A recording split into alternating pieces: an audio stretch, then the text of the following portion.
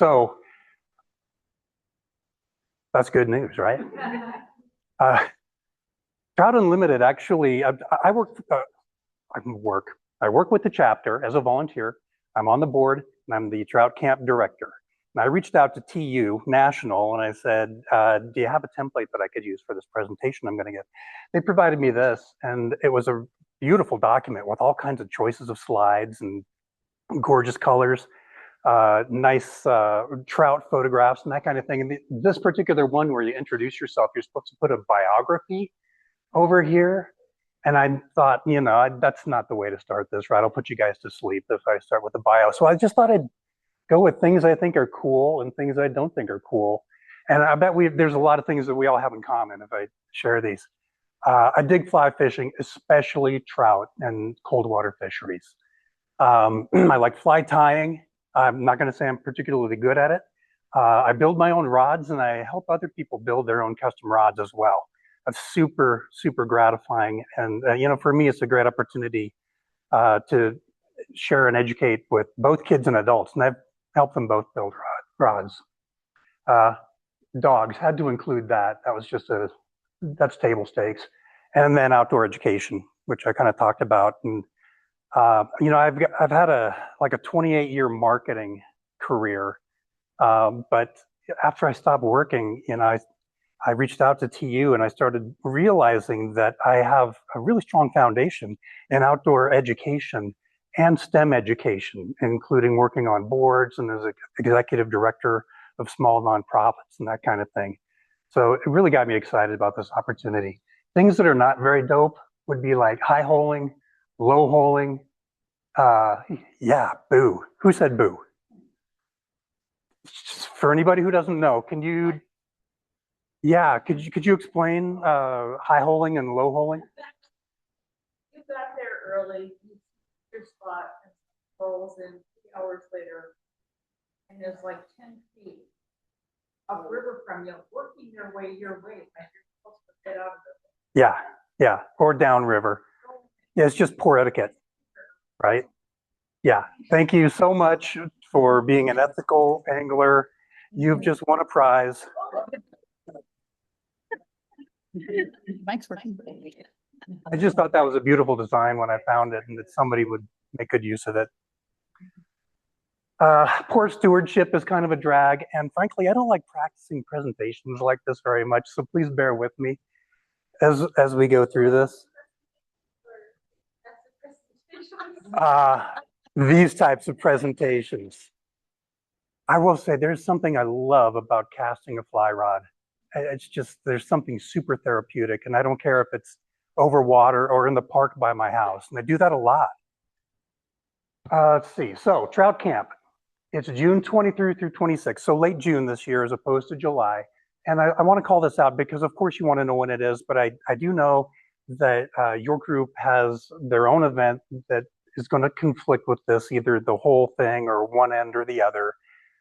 So I totally understand if for that reason anyone is unavailable to volunteer for this. And also it has to be a right fit for you at the end of the day, right? So I want to tell you about the trout camp, but I'm kind of just here to cross-pollinate between our groups too. So what is it? It's a 5-day outdoor education camp. We teach camping, fishing, teach about bugs, fish, habitat, etc. Strong emphasis on conservation and stewardship because, we think we're not just teaching kids to fish, we are developing the next generation that is going to take care of the fisheries that we love. And we also have daily themes. For example, one day is keep them wet. One day is leave no trace. One day is stream etiquette, the high holing, low holing thing, for example. And then the last day is personal responsibility. This is for kids aged 10 to 13. And if they're 14 or older, or if they've been to camp twice already, they may qualify to be a leader in training. And those are kids we help develop as well. And then, of course, there's the adult volunteer side of it too, and I'll get to that in just a minute. So some of these kids, it will have been their first time camping, right? So we will be teaching camping skills, the leave no trace side of it, zero waste, reduce, reuse, recycle as we can while we're camping. And again, the conservation and stewardship are all kind of built into it too. So These kids will be involved with pitching their own tents, for example, which is a core competency when you're first starting to learn how to camp, right? They'll be doing some of their own cooking around campfires. We emphasize hygiene. If you can't tell, these kids are standing around brushing their teeth early in the morning. And of course, the responsibility of keeping a clean camp and being hygienic and making sure that everybody stays safe and healthy by doing dishes and pitching in on other camp chores. There's some science to it as well. The first day, the Monday of trout camp, is actually held here in Boise, and it's at the MK Nature Center, right? So we partner with them to do things like this stream walk, where we have the kids taking screens and buckets and that kind of thing, and they're looking for bugs and critters. Maybe they'll even find fish or that kind of thing. So we talk about identification of those things. We talk about the life cycle of those things. We talk about why it's important to have a healthy stream so that the bugs can thrive and therefore the fish can thrive and we can all thrive. And it's very hands-on, right? And they collaborate a lot and they learn together. And then there are the core competencies that are around fly fishing, right? So we will teach casting, which is, a lot of these kids won't even necessarily have casting down. Some of that happens here on day one, but a lot of that happens in camp, both formally and ad hoc. This camper up here in the upper left is actually trying to cast, I don't know, about 20 yards maybe into a hula hoop. And, these kids, that work I did with the woolly boogers, I saw these kids landing those from farther than 20 yards. So they get really good at it. We also teach safe fish handling as well, safe release practices. There's fly tying. Maybe we find a bug that they're feeding on, and it's like, well, can we match the hatch, for example? And then up here in the upper right-hand corner, we've got some either high holing or low holing going on. But the etiquette is part of it as well. And I think they're probably taking turns. One's getting ready to cast, and the other one might be just kind of teeing up for a roll cast or something. So this wouldn't happen without volunteers. And we need adults to be there with the kids. We try to keep a very high ratio, at least 1-to-1, but ideally 2-to-1, depending on the circumstances.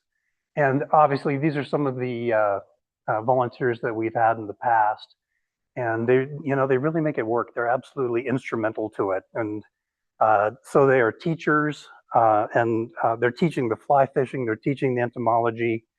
They're talking about riparian zones. They're talking about bank stability, water quality, good stuff like this, but also where to cast, how to drift, how to mend, etc. And, they're teaching things like how to prepare a meal in a camp. As we were saying earlier, just keeping the camp clean, hygiene, and just kind of keeping things orderly. Kids of this age, they range from 10 to 13. It's an interesting range because some of them are absolutely kids and some of them are changing a little bit, and starting to grow in a different direction. But that's one of the exciting things about it. So, how to get involved with 2026 Trout Camp. Again, there's the dates in case you didn't catch them the first time around. Roles include gillies, which is the word that we use for guides, right? And they're not actually guides. These are not paid positions. They're just out there helping teach kids. So we have gillies who are kind of helping kids with the fishing side of things. We need cook staff. We need gear management, education, fly tying, all these things. And most of the time, nobody gets to wear one hat, right? And why would you want to? Part of the fun of camping is actually rolling up your sleeves and getting involved in all the different activities. If you are interested, let's see, where did I put that thing? Oh, here we go. So I'm gonna just pass this sign-up sheet around, and it asks for a little bit of contact information. It's also got a column for maybe you'd be interested in the boogers thing, which I'll tell you about. You're interested in some of the other chapter activities that we do, and I've got one slide to cover all that stuff, and then I'm gonna close it up and let Izzy do her thing. But there's also a QR code up here in the upper right-hand corner. This goes directly to the form in which you express your interest specifically in trout camp, okay? One of the first things that we'll ask you to do as you're filling out that form is go to another web page where there is a background check application. It's super simple. It's got about 6 or 7 fields, and they're going to ask for your contact information, date of birth, social. I think that's the whole 9 yards, and they just take it from there. It's a requirement from Trout Unlimited. So those are the ways you can signal your other cool opportunities that I promised. Yeah, we are involved in habitat work, including stream restoration, working riparian areas. We have a planting coming up on the South Fork of the Boise River here in April. We're trying to schedule a cleanup on the main Boise here in the near future, plant eradication. And that kind of information is all available at our website, which is right down here on the bottom. There's an events feature, and there's a calendar where you can see that stuff. The youth programs, Trout Camp is up there, but there's also Woolly Boogers. We meet the second Tuesday of every month, 9 months out of the year, right in this room. And we do fly tying, we have entomology discussions. We did rigging here last week, which was really fun. We showed them traditional rigging setups and checked nymphing rigging setups and that kind of thing. Trout in the classroom. Now, quite frankly, I'm not 100% sure about what volunteering or membership in that would look like. I'm not educated on it enough, but it's a really cool program. We're involved with 60 different elementary schools around the area here, in which the kids are actually raising trout fry from eggs. So they get to see that whole developmental life cycle, and eventually they get released. And this is Trout in the Classroom up here in the upper right-hand corner. Leadership roles. We have a board. And unfortunately, somebody's leaving our board here soon, Cece Bennett, and I bet a lot of you know Cece. She's moving back east to Florida. She has been our communication director, but she's done a whole lot for the board, and she's going to be leaving soon. And we're all just always looking for people who have an interest in board membership. So I think it would be super cool if we got an application as a result of this meeting. I'd look like a hero. Anyway, if you're interested in that, you would also go to tedtrueblood.org, and in the main navigation that's down the left-hand side of the page, there is something like board membership or apply to be on the board or something like that, and some pretty simple instructions. So that's everything I have for you. Izzy, I hope I didn't suck up too much of your time. I did want to leave my direct communication information over here in case anybody wants to write that down or snap a photo. I've also got this little app on my phone that just shows you a QR code if anybody wants to grab my phone number and email before the evening's over. And thank you guys so much. And please think about Trout Camp or maybe some other way to get involved with the program. Appreciate it. Thank you. I appreciate it.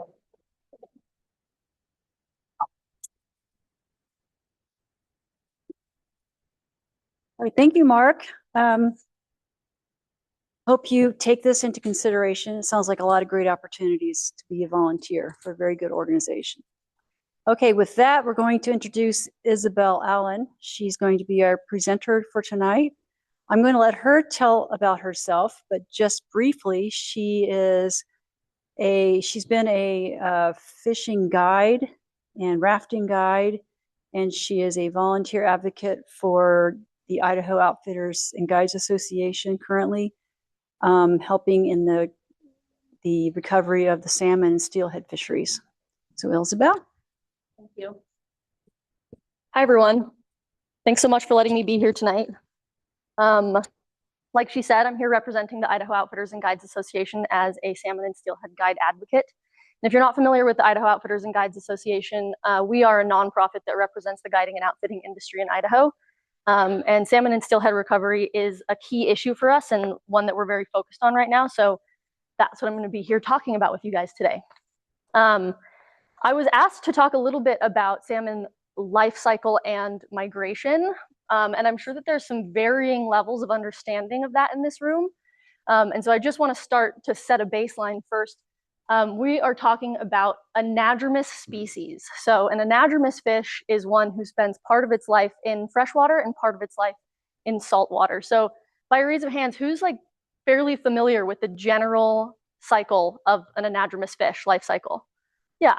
So I'll go through this somewhat briefly, but obviously they start their lives as eggs in redds, which are gravel nests. Eventually they hatch from those eggs as alevins, where they are attached to a yolk sac that provides them with their nutrients for a few weeks. Eventually that nutrients is depleted and they will emerge from their redds as fry to search for their own nutrients in the form of algae and other small insects. For most species, they'll spend anywhere from 1 to 2 years as par in their freshwater ecosystems. And that is characterized by a fish that is around 2 inches and typically has those very characteristic par marks, which are those vertical ovals around their body that provides them with camouflage. And during this phase of their life, they are gathering food and establishing territories. After a few years, depending on the species, they will begin the smolt phase of their life cycle, which is also when they begin their outmigration to the ocean. So during this time, for some Idaho populations, this journey can span over 900 miles and passing through 8 major obstacles to reach the ocean, which is a pretty epic journey for a small fish, around 3-4 inches. At this time, they undergo another large physical change where they become silvery in appearance and their bodies start to prepare them to adapt to a high saline environment, the ocean. Typically, they'll spend anywhere from a few weeks to a few months in their estuarine environments, and eventually they will enter into the ocean where they begin the adult phase of their life cycle. Depending on the species, this adult phase can last anywhere from 1 to 5 years in the ocean, where they will migrate north up the Pacific coast up towards Alaska, and then back down again. Based on maturity and a number of other environmental cues, eventually they will begin the spawning phase of their life cycle, where they eventually turn their noses back upstream and do that same 900-mile journey, passing through 8 major obstacles to get back to their natal habitat so that they can spawn. So for salmon species, they are what we call semelparous, which means that they only spawn once within their lifetime. So they come back to their natal habitat, they have a big spawning event, and then those salmon will die and return their nutrients back to that natal habitat. Sometimes even getting within just feet of where they were first hatched, which I think is pretty incredible. They have an amazing homing ability that we don't fully understand, which I think is just amazing. For steelhead, that's a little bit different. They are a little bit more versatile and therefore a little bit more resilient in the fact that they don't necessarily have to get back to their natal habitat to spawn. They can spawn in other streams, and they're also not one-time spawners. They can spawn multiple times and make that migration to the ocean multiple times as well. So that's basically our life cycle. And for the rest of this presentation, I'm going to be focusing on a few specific populations of Snake River salmon and steelhead. Idaho historically has had 4 native wild salmonid species, and that would be the sockeye, the coho, the steelhead, and the chinook. For the purpose of this presentation, I'm not going to focus on coho very much because they're considered functionally extinct in our state. So the historical abundance of our spring and summer Chinook run, which is one of the runs that we're concerned about moving forward, was at one point roughly 1 million fish that would return each year. For steelhead, that was around 600,000, sockeye 35,000, which is a lot of fish. And I like to include this quote from when the Lewis and Clark expedition came out west, that the multitude of fish is almost inconceivable. And there's some folklore about salmon that used to exist in our rivers and streams where they were in such abundance that you could walk across the river on their backs. So that's just to give you an image of what we used to have in terms of fish abundance in this state. Unfortunately, that's not really the case anymore. So the conservation status of some of these populations of concern, as you can see, for spring and summer Chinook, high risk of extinction. Steelhead are considered in the same category. Our fall Chinook are considered viable, but not necessarily healthy, with over 70% of returning spawners being of hatchery origin. And our sockeye are considered functionally extinct. We don't really have a self-sustaining wild run of sockeye in this state anymore. Which brings me to some of the long-term trends we can look at here. So this is for spring and summer Chinook. As you can see, there was a very sharp decline in their population in 1963 with the construction of that first Lower Snake River Dam. And then since then, that population has continued to decline. The recovery goal there is set at 138,000, and I'm sure that you noticed that that's different from the historical abundance that I talked about earlier. That is because, unfortunately, at this point, we're not really looking to return salmon to historically abundant levels. We're looking to get them back to ecologically significant levels. So that recovery goal is set by Idaho Fish and Game at 138,000 fish.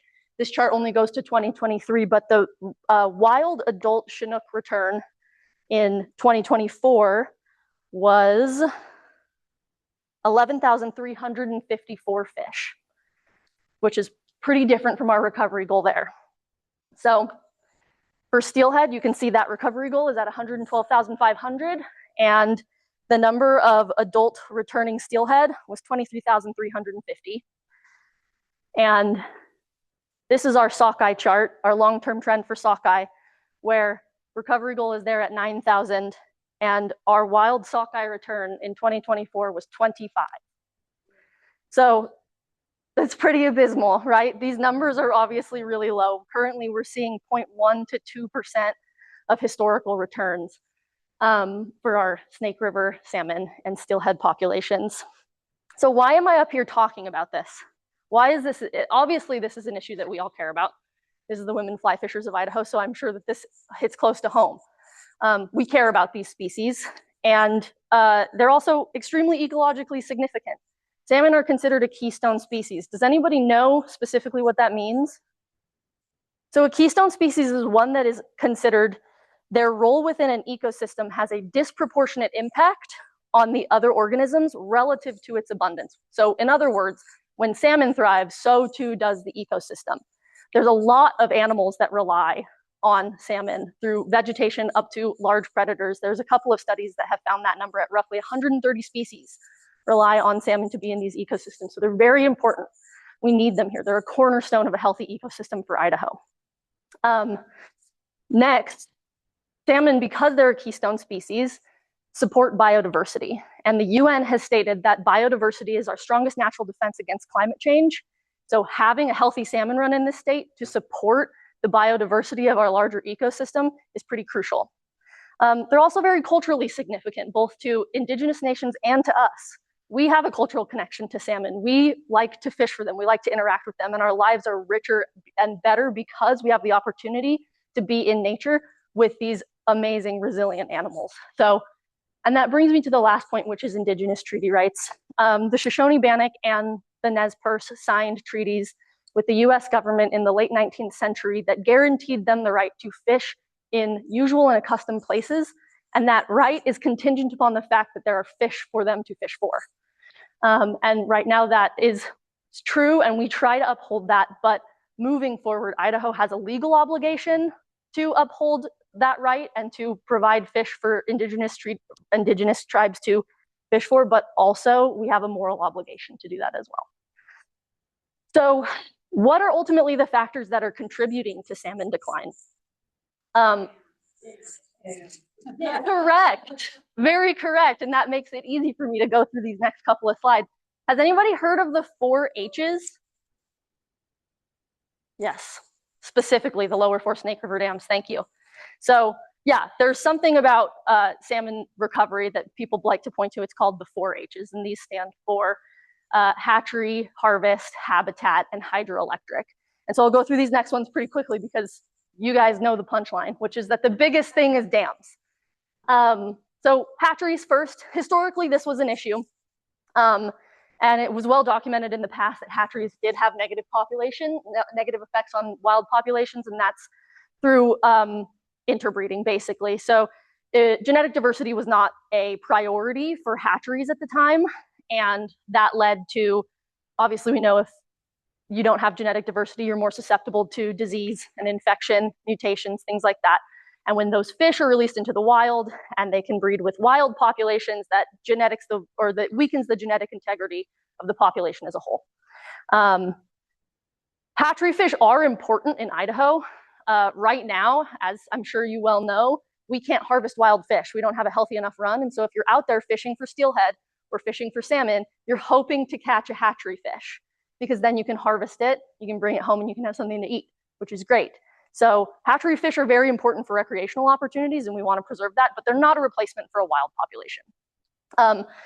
As you can see, there's 33 million hatchery origin smolt per year that only with a return rate of only around 1%. So they're not doing what a native wild salmon does. However, with that being said, many of the issues that we've had with hatcheries have been addressed, especially here at Idaho Fish and Game.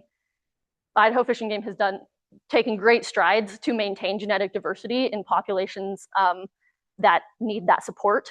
And they have developed better broodstock programs, and they often stock triploid fish, which means that they're sterile, so they can't actually breed with wild populations. So this isn't one of the factors that we're super worried about, as you know. Harvesting, when we're talking about harvesting, we're talking about ocean harvesting. We're talking about commercial fishing operations. We're not really worried about anglers like us fishing for salmon and steelhead inland. That's not where the issue happens. Historically, there was some massive overharvesting that did initially lead to a pretty big decline in salmon populations in the early 1900s. That's been managed. It was well known, and since then there's heavy regulations on commercial fishing. So these days, harvest rates are only around 1% for Snake River populations. Inland, there's obviously been no wild harvest of any ESA-listed salmon species or steelhead species in Idaho by a non-tribal fisherman. Tribal fishermen are allowed to fish for native species, and they do so through gill netting. But again, their opportunity to do that is heavily managed by Fish and Game. The biologists that work in the state know how many salmon are coming back, and they know what a sustainable level is to fish for. And there's been actually a lot of really interesting studies recently about modern catch and release fishing. People are obviously concerned that because if you're catching a wild fish, hooking it, fighting it, handling it, that stress could have an impact on their ability to survive and spawn. But recent studies have shown that that's just really not true. These fish are, I mean, at the point that you might be catching them, they've already traveled 900 miles and through 8 major dams. So these fish are very resilient. And we've seen that just doesn't have a major effect. Idaho has a very rich history of mining. So this has, in the past, impacted spawning habitat pretty negatively. There are tributaries like the South Fork of the Salmon and the Yankee Fork, which is also a tributary to the salmon, that have seen open pit mining, dredging, cyanide extraction methods. All of these put heavy metal tailings into the ocean, into the freshwater ecosystems. And this is obviously very hard on any aqueous species. So that has been an issue. However, there are large restoration projects happening. In particular, the Yankee Fork is a really interesting one. And they've done a lot of work to fix that natural floodplain and to revegetate that area. And we have started to see some ESA-listed species come back to spawn. So that is promising. Outside of those few examples of some major habitat degradation, Idaho still does have some very pristine, high elevation, cool water, climate resilient habitat. If you think about the Frank Church Wilderness and the Salmon River, the Middle Fork and all of its tributaries, these areas are like a 5-star hotel for these fish. They are there and they are ready for fish to spawn. The issue is access. We can't get the fish to it. So there's been a lot of efforts to address these other 3 H's. We've seen hatchery improvements. We've seen habitat restoration. We've seen billions of dollars spent on salmon recovery. And yet, as you saw earlier in the presentation, a lot of the populations are still not recovering. And that's because all of these have failed to address our key issue, which is hydroelectric energy, or in other words, dams, and particularly the 4 lower Snake River dams. These have been identified as the #1 contributing factor leading to salmon decline. And the biggest effects, the biggest mortality we see is during out migration. So this is when smolt are going out to the ocean when they are about this big, and they're trying to make that 900-mile journey. And we see the 4 lower Snake River dams increase fish mortality through increased travel time. Historically, smolt would let the current of the river bring them all the way out to the ocean. But now they reach the slack water created by that first Lower Snake River Dam, and they have to turn around and swim. And these fish have limited resources. They're already completing a major journey, and so that's hard on their little bodies. On top of that, once they reach these reservoirs, they see increased temperatures. Salmonids are a sensitive cold water species, and they cannot tolerate temperatures above roughly 68 degrees. We know that increased temperatures means decreased dissolved oxygen, and that's really hard on them, especially when now they're having to swim. Dams create a bottleneck effect, which when salmon are out migrating can cause them to pile up on top of each other, which obviously creates a really easy opportunity for predation. And lastly, when they reach the dam, if they come into contact with a powerhouse, which does happen, sometimes they don't make it into the fish ladder or they don't go over the spillway. They go through a powerhouse, and that can create a really massive change in pressure, which can burst their swim bladders and kill them. They can come into contact with turbines, which obviously is hard to survive. And all of this increases latent mortality, which means that because of this now extremely stressful migration that these fish have had to go through, even if they do make it 900 miles to their estuary, and if they've made it through all 8 of the dams that they have to get through, that experience of a stressful migration is so hard on them that they still don't survive to adulthood and return to spawn. So there have been some efforts to address this. Obviously, there's some crazy things that we've tried, like we've barged smolt through the dams. The only method that we've found to be even slightly effective is spill, so letting water out so that the travel time is decreased for these out-migrating smolt. The problem with that is that spill is costly, and it's only really employed as a method when it works for the Bonneville Power Administration, the company that manages the dams. And so if it's not effective for them to use spill when migration is happening, if that timing doesn't line up, then ultimately it doesn't really help. Sure. I watched the presentation. They were talking about how all the dams in the ocean were just hit Idaho, all of our dams. So what are they doing? Other dams are working. You know, I don't know if it's necessarily that their infrastructure is that much better. I think that it's the sheer amount of dams. So that actually is what this next slide addresses. And Jack might have a better answer to that question later on. But this is something that we point to when we want to know why. How do we know that it's really the dams that are contributing to salmon mortality? Well, you can compare a smolt to adult ratio. So for a healthy and sustainable population of salmon or steelhead, your smolt to adult return has to be between 2 and 6%. If you look at other Columbia River tributaries, like the Yakima and the John Day, you can see that on the Yakima, for example, their wild Chinook return is around 2.2%. And those populations only have to pass through 4 dams to get to their spawning habitat. On the John Day, their adult Chinook return is at 3.5%. Those populations only have to get through 3 dams. Compare that to our Snake River populations, where we're seeing 0.8% of adult Chinook return because they have to pass through 8 dams. So there's a very clear linear trend here. We can see that more dams equals higher mortality. And we can also look at the Middle Fork as kind of a perfect test for this theory. The Middle Fork of the salmon has had no hatchery influence, no harvest in decades, and it has pristine spawning habitat. So if habitat, hatchery influence, or harvesting were any of the factors that were really contributing to a salmon decline, we would expect to see populations doing relatively better here. But they're not, because those populations still have to get through 8 dams. In fact, in 2025, there were 0 reds recorded on the main stem of the Middle Fork, which I believe is the first time that that's ever been recorded since they've started taking that data. So that's really concerning. This figure sort of just sums up what we talked about in terms of mortality and what is contributing to salmon mortality. And the 2 key things to note here are the hydro main stem and the hydro latent. You can see some high percentages there for impacts on our spring Chinook, fall Chinook, sockeye, and summer steelhead. So obviously the solution here is dam removal. And this can be a scary thing to talk about sometimes because it's a big project to undertake, obviously. But a 2020 study found that breaching the 4 lower Snake River dams was the only option that would provide recovery and was found to be the only option with the highest certainty of success and the lowest risk of failure. We have all of the building blocks for a healthy population here in Idaho, most notably our habitat. This is something that a lot of other states don't have.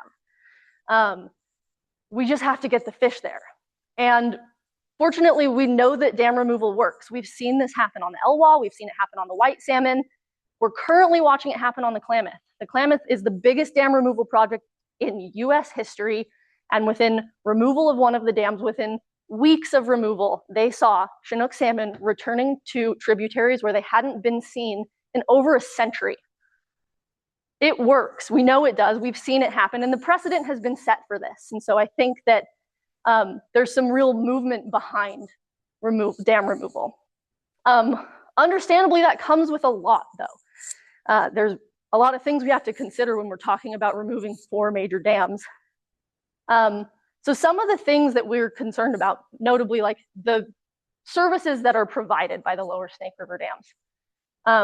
The 2 I want to focus on the most are going to be energy generation and navigation and transportation. These are the 2 major services that we have to really worry about replacing if we're going to remove the dams. We also have some minor recreation on the reservoirs created by the dams, and then some also minor irrigation. Only about 50,000 acres are irrigated by really one of the dams that raises the water table. So I want to talk about a little bit about the Bonneville Power Administration. This administration is a federal agency. They're under the US Department of Energy, and they are not elected and therefore not accountable to the Idaho public. And they've used that position to essentially establish a monopoly on power in the Pacific Northwest. And unfortunately, that means that now they are overly reliant on outdated infrastructure, like their run of the river dams. So that means a run of the river dam is one where it can only produce power when the river is flowing at levels where it's able to do that. And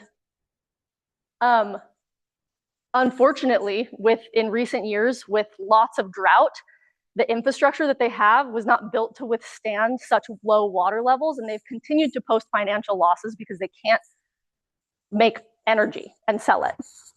And on top of that, we're seeing in fiscal year 2020, $1.4 billion of their money was spent on salmon mitigation, which consumed 1/3 of their revenue. And those mitigation costs are continued to rise, and drought is continued or is expected to worsen. So if we're going to talk about removing the dams and what that looks like in terms of replacing the services that they currently provide, I think it's helpful to really look at the statistics of what these lower Snake River dams are doing. So as you can see here, this is what this chart shows as this first bullet point. In 2019 to 2024, the lower Snake River dams on average produced 691 megawatts. The whole BPA system as a whole produces 27,000 megawatts annually, which means that the lower Snake River dams only provide 2.5% of their average capacity. There was a replacement report published in 2020 that found that with only 2.5% with the lower Snake River dams only providing 2.5% of their average capacity, that is easily replaceable with other renewables like wind and solar, especially as that technology continues to become more efficient and more affordable. The second one that we want to think about replacing is when it comes to navigation and transportation. The main export in Washington State is wheat, and that's the main export that goes through the lower Snake River dams. But in 2020, over 80% of that of what was exported from the lower Columbia River facilities did not use the lower Snake River dams for navigation and transportation. It was mostly, as you see, 11 million tons was shipped by rail. So the infrastructure already exists. We have rail infrastructure and we have road infrastructure. Of course, it would require more investment into that infrastructure, but that is very possible. The lower Snake River dams already use almost 500,000 acre feet of water for flow augmentation and temperature control to keep salmon on life support. That water is used for spill and to decrease the temperature of the reservoir.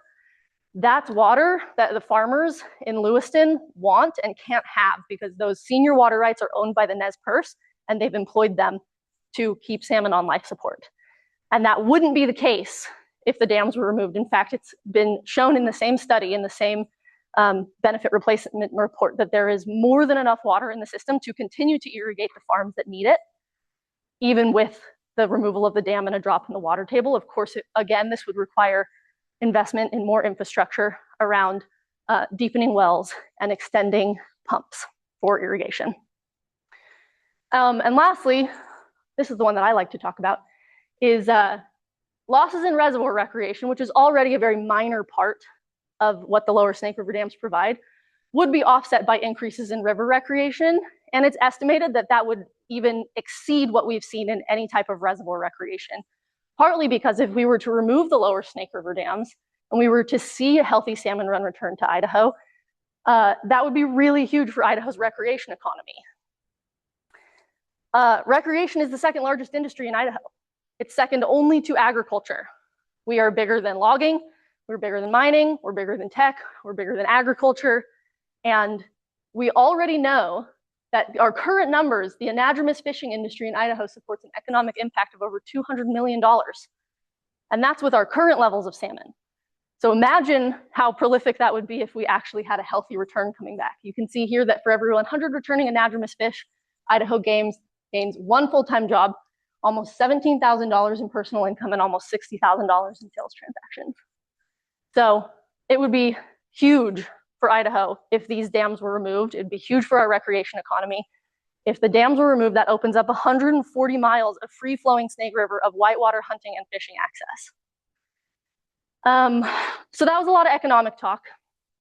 And I think that it's important to understand that because that's often the questions that people have is how realistically is this going to work? But I do want to bring it back to the core reason why I think that this is important. I know that for me, what it would mean to see Idaho salmon come home is a healthy and harvestable run that all of us can fish. To harvest a wild salmon would be really incredible. It would be amazing to see our inland ecosystems revitalized by the millions of pounds of nitrogen and phosphorus that salmon bring back from the ocean with them when they come to spawn in their natal habitat. We would see new recreation opportunities with a free-flowing Snake River, and we would have a more climate-resilient Idaho. I think it can't be understated how amazing it is that this is a place-based local piece of action that we can take to have a more climate-resilient state and to move forward with protecting one of Idaho's most culturally significant charismatic species.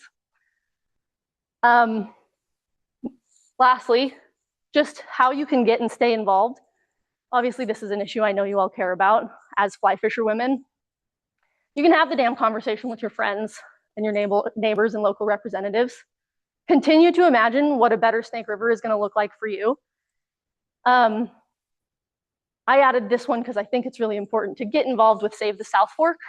There has recently been a project approved on the South Fork of the Salmon to reopen the Stibnite gold mine. They have plans to use cyanide extraction methods.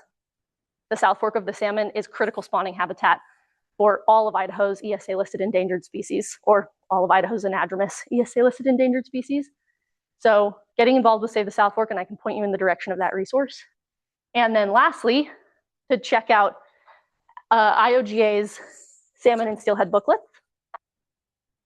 I don't have enough for everybody, but these have a lot of information in them about salmon and steelhead, more in depth than what I went into. If you want to take a look at these and share these around.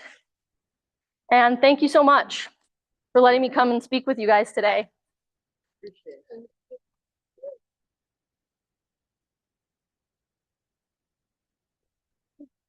comment. That was so good. My brother.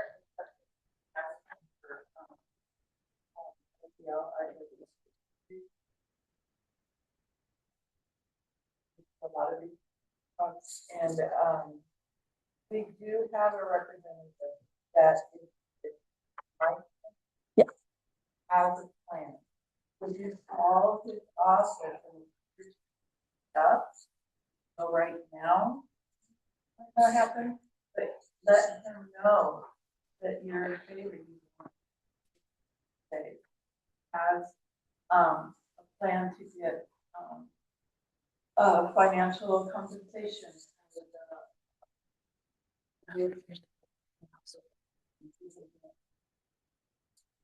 regard to that compensation for a while, until. So, Thank you. Yeah, Mike Simpson's plan is very comprehensive, and you can find it if you look up Mike Simpson Lower Snake River Dams. For board members, at least be about to get involved with this. Yeah, absolutely. Especially for like women that maybe watch this later. Absolutely. I'm in communication with, we have another audience. Yes, the online audience. They can't hear when other people talk, but they can hear when you. So I'm wondering if you want to field questions, if you can hand the mic to them or repeat the question. Sure. Yeah, I can repeat questions. Does anybody have any other questions? Sure. Okay, so it seems like the evidence, especially given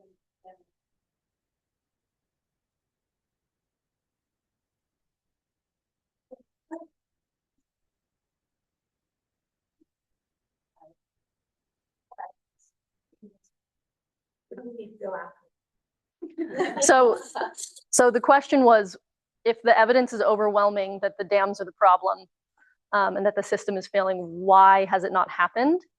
Why have we not moved forward with taking the dams down? I think, Jack, if you want to hop in and help me answer these questions, that would be great also. But my understanding is part of it is the upfront cost of the dam removal. Some estimates have that upfront cost around $2 billion.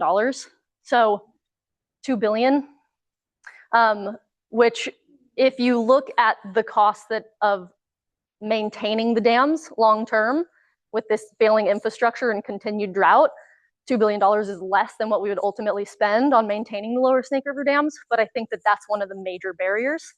I also think Idaho is a very conservative state and perception is huge. Dam removal is seen as an environmental, more liberal stance, I'd say.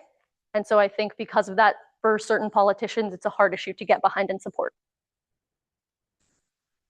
Do you have anything to add? I would say there's a lot of misunderstanding about this issue. You shouldn't.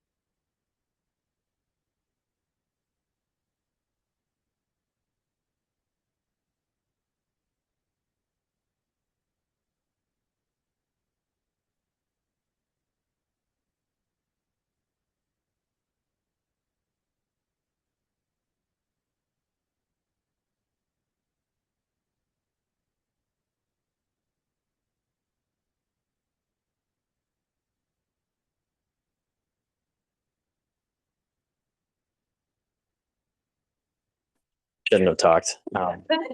We are more than capable of taking on this project. It's got a green light now. Okay.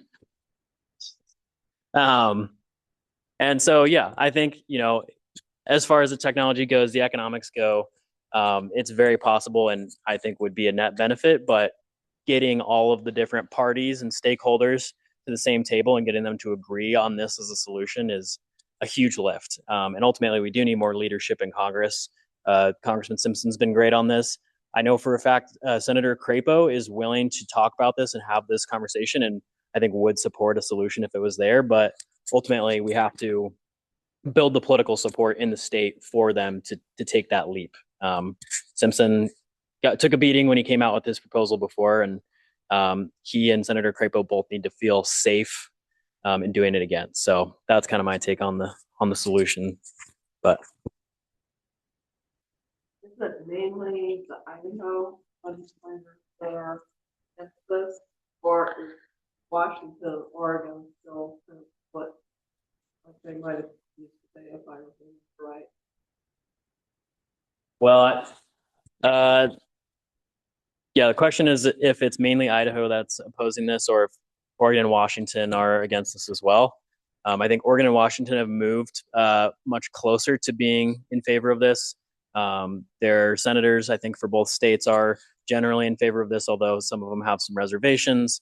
A lot of the Democratic representatives from those states are in favor of this and have become really strong on this issue, as well as the governors. Governor Ferguson and I think Governor Brown in Oregon have gone way out on a limb in supporting this issue. Really what we're talking about is the Idaho delegation, the governor of Idaho, and then Eastern Oregon, Eastern Washington have a couple representatives that are blocking a lot of the action. And ultimately, they have the power to do that right now. Yeah.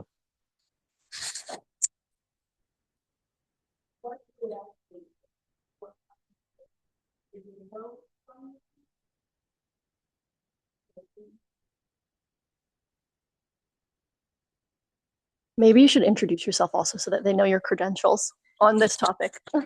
Yeah. So, well, yeah, I've been a guide like Izzy, and then got involved with the IOGA, working on this, and have been for the last couple of years.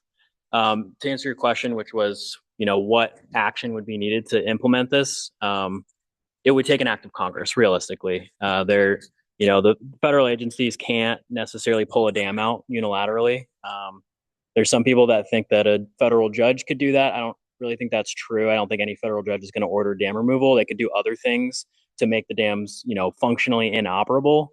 But ultimately, yeah, you need Congress to vote to remove the dams, and also vote to appropriate the money for a dam removal and replacement of service program, if that makes sense. Yeah. So the question was about the Klamath dams, if that's how they were removed. And the Klamath dams were different. They were owned by a private company. They're owned by Pacificor. And I believe what happened there was their license was up for renewal, and the federal agencies were going to require fish passage for those dams.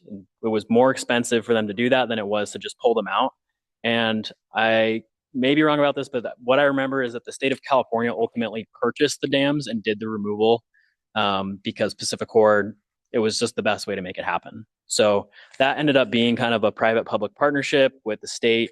I know federal agencies were involved, but it wasn't an act of Congress to do that. Something that, Idaho doesn't do. I mean, in charge of all the water. River. So, I'm just not sure what we can.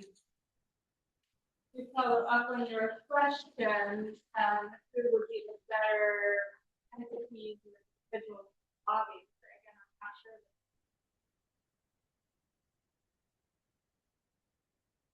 Yeah, so the question was kind of who would be the best entity to lobby, and if the state of Idaho has power to do this. The state of Idaho doesn't have any power to do this, and the Army Corps of Engineers wouldn't have the power to do this either. They can change the operations, and they can advocate for certain policy changes along with the state legislature. It's really going to take the Idaho delegation, the Oregon delegation, Washington delegation, all kind of coming together on a solution with federal agencies and passing a bill through Congress to implement that.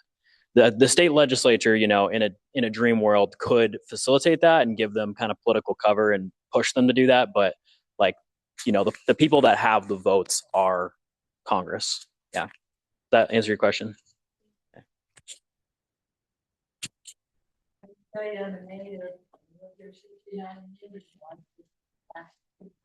Yeah.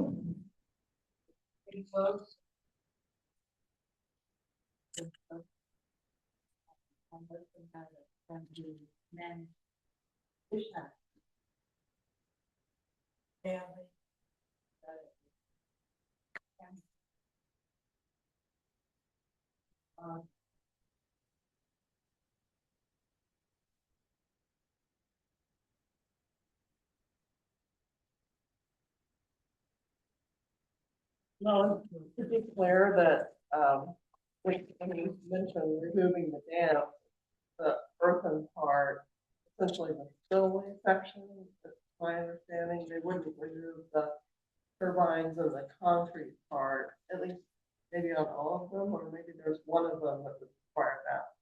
Yeah. I can't remember. That good point from the audience, which is that to implement this, you really just have to reroute the river around the powerhouse infrastructure. So, I mean, in theory, you could try it, see how it goes for 5-10 years. And if, society starts to crumble, you could put the earthen part of the dam back in and have the lower snake dams back, which obviously is not ideal, but you do have, it's not a permanent removal per se. Yeah.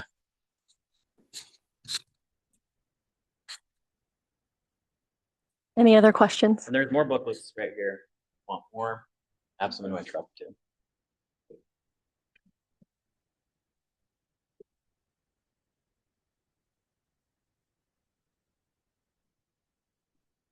Thank you very much to our presenters and answering questions too. So this book was given to us as volunteers at the Red Project last year. I can't remember, when was this published? Like Version 4, I think it was 2 years ago that we got this. And it is chock full of information that the gals who are going to be volunteering this summer for the Red Project will need to read this, because this is what you're going to be teaching people you're talking to, the rafters, the outfitters, all those people that are going to be floating down the Middle Fork, the salmon. It's an excellent publication. So thank you for bringing this. All right. So you're welcome to stay. We're going to have a short business meeting, but if you would like to leave, you're welcome to do that too. Okay. Mark, is there anything else that you wanted to say or present, or any questions anybody has for Mark before? Thank you again. All right. Thank you. If you have questions, reach me through the Ed's Web chapter website, or you captured my information on the slide. Did he get his sign up sheet? Completed. Can I just ask, something as far as reporting? Become a member of like the Idaho Outfitters and Guides, or just to comment on supporting and helping things like this in conservation. If you become a member of Trout Unlimited or Idaho Outfitters and Guides, or Idaho Conservation League is another great resource, and anyway, that's money well spent, because those are the people that are working with the legislatures. I know there's the youth salmon protectors. They go, and my daughter brings the youth to Washington, D.C., and they lobby not just Idaho, but they lobby other senators and Congress people to educate them. So nationwide, so when it does come up the next time, hopefully soon, that they are also educated too. So please support Trout Unlimited and these others. Sorry, my 2 cents. Thank you. Goodbye. Okay, just a couple of things we wanted to talk about to our members. If you were not able to attend the 30th anniversary party, you probably did not get one of our 30th anniversary pins and stickers. So you're welcome to one. I have them here tonight, and I'm going to just pass them around the room. And if you did not get one of each, help yourselves, okay? And the new members are welcome to those too. Also, you may have noticed when you walked in this evening and met Barb at the registration table that she offered you a raffle ticket to put your name and phone number on. We're going to do something special this year. Lamson Rod Company, they also make reels, donated this beautiful Lamson Speedster 9-foot 5-weight rod to our club. And the board has decided to raffle this off at the end of the year. And the way that you will be able to participate in this raffle is a couple different ways. Every time you attend a meeting, you get a raffle ticket. Every time you volunteer at any of our events, you get a raffle ticket. Get the idea? So the more you attend, the more you volunteer, the more chances you have to win this beautiful rod. So that, if you didn't get your name filled out on one of those tickets tonight, do that, because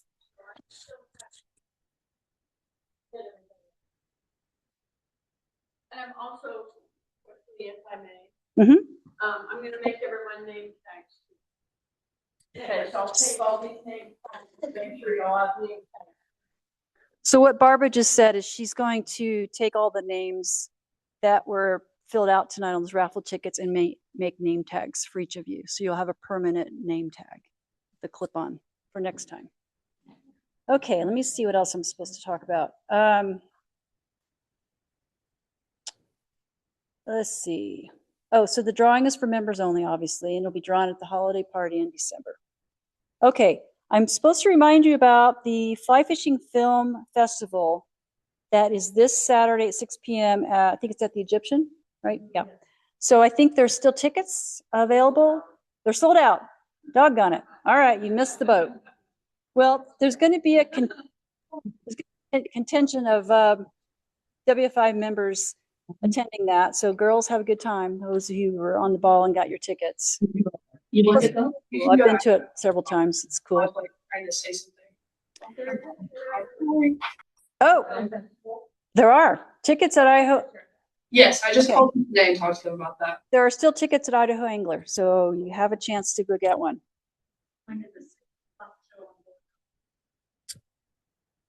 Right. Okay. I think that is everything. Pardon? Okay, 6 o'clock show to the film festival and dinner afterwards. So if you want to go. Jill commented that it doesn't feel better. All right. So you may have a ticket from Jill. I'm sure she will post that on Facebook. Amy, would you like to give a brief overview of upcoming events? Okay, I'll just change it. We have a very exciting year ahead. All the events are going to be posted on our website. I'm cross-posting them on Facebook just so that if you are not a person who keeps up with your email, that maybe you'll see it across Facebook. But responding to a Facebook event does not RSVP a spot for you. So please make your way to wffi.club and go into the outings, and you're going to be able to scroll and see several events. And then you will see a little button that says load more. Please load more. We do not just have 3 events this year, as one of my ladies asked about last month when I saw her. So you can scroll and scroll. We're very excited about our season. We kick off at the end of April at Duck Valley. Just before that, we are going to have some float tube practicing. Duck Valley is primarily a float tube trip. There are some opportunities to fish from the short pier or the far bank, but I don't think that you're going to have as much enjoyment. So there are motel rooms available. There are campsites that you can book on your own. So please check it out on the website to get details. Please, if you have not float tubed before, connect with a more experienced member. Come to Dick Knox.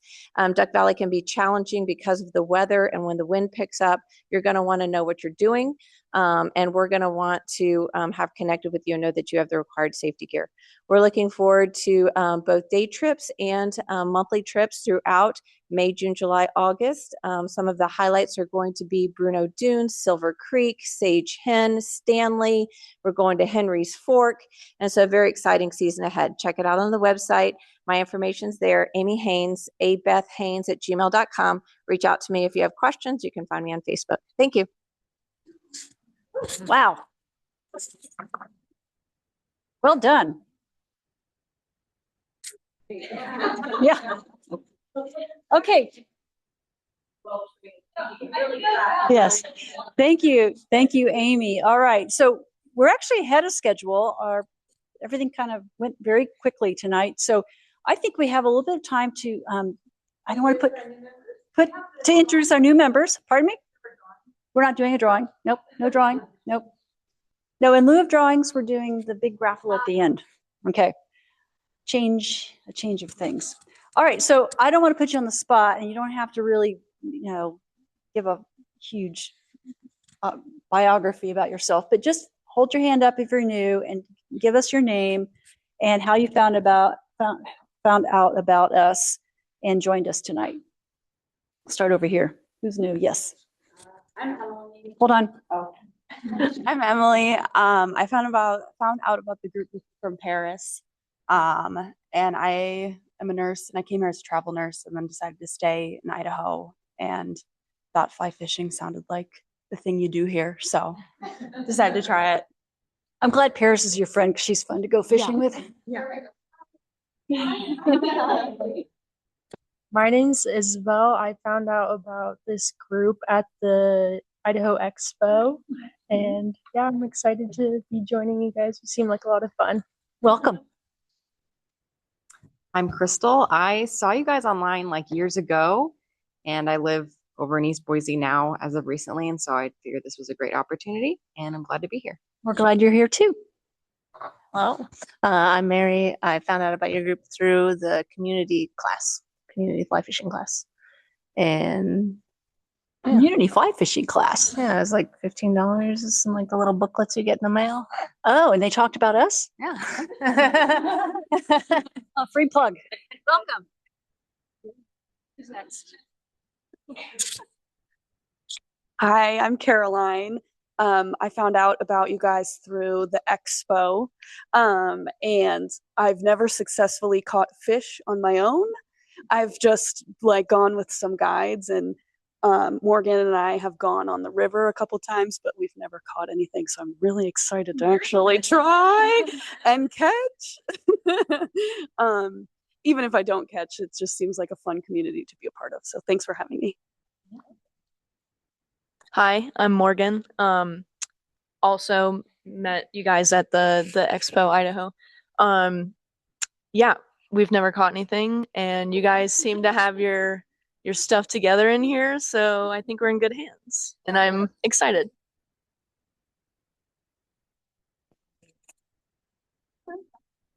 I'm Whitney. I honestly don't remember how I found you guys. I think I was just Googling things about fly fishing and found the group. But it happened to be at the same time as the expo, so maybe that's why. I do most other things outdoors and decided this was something I needed to add to my weekend schedule, so here I am learning. Oh.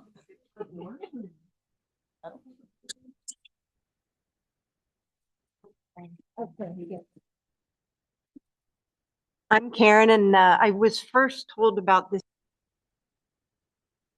and then I forgot the name of the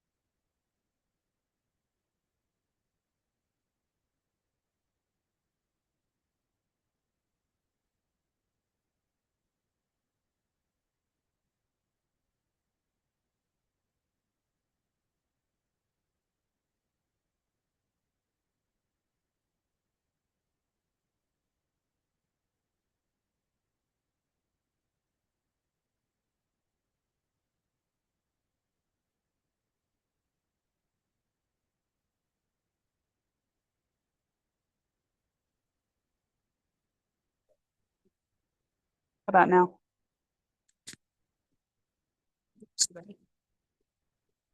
Stop blinking. They both were there? Is that what you said? Casting for Recovery, that's the one that CC Bennett was the board member of. Was that? Not exactly sure. Okay, it doesn't matter. So our members from our club have volunteered for Casting for Recovery. I don't know about Casting for a Cure. I don't know. Maybe some of them have. But those are also really good organizations that are focused around fly fishing for women. So we have 7 or 8 new members here tonight. So this is a good time to talk about the spring workshop for beginners. We hold this every spring. It's one of our big annual events and a benefit of being a member of the club. It's an all-day workshop. It's held here, and we go through all the facets of learning to fly fish. So you learn about bugs, you learn about casting, hands-on, you learn about rods, reels, and lines, you learn about equipment, you learn about knots. And most of them are interactive. So you're actually doing these things. It's a lot of fun, and May 2nd. It's May 2nd this year.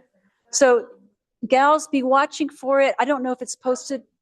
It's not posted on the website yet, but it will be very soon. And as soon as you see it, if you're a new member, jump on there. We limit it to 40, and usually we get that many. So get on there and sign up, because it's a day well worth your time. You will learn a lot. And then there's follow-up casting sessions in the weeks that follow it. So you'll get reinforcement for what you learned that day. Okay. Anything else, board members? Yes.